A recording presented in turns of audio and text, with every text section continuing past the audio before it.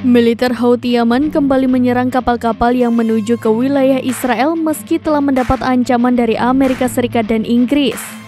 Diinformasikan militer Yaman menargetkan kapal curah Yunani Zographia di Laut Merah.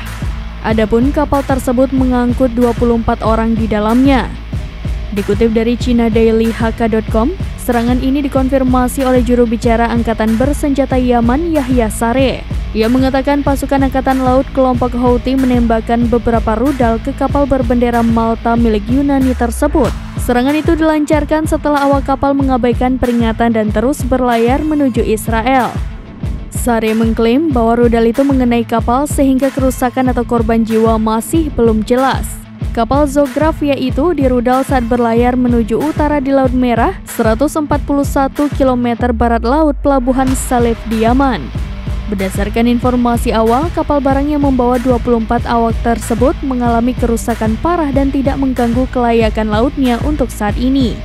Kapal tersebut diketahui telah mengunjungi Israel sejak pecahnya perang di Gaza dan menuju ke terusan Swiss. Kapal itu kemudian mengubah haluan dan menuju ke pelabuhan setelah serangan itu terjadi. Diketahui serangan itu terjadi kurang lebih sehari setelah Houthi mengaku bertanggung jawab atas penembakan rudal ke Gibraltar Eagle. Pasukan itu menyerang kapal tanker minyak milik Amerika Serikat yang berlayar di Teluk Eden. Ketegangan meningkat di Laut Merah menyusul serangan udara Amerika Serikat yang menyerang militer Houthi Yaman.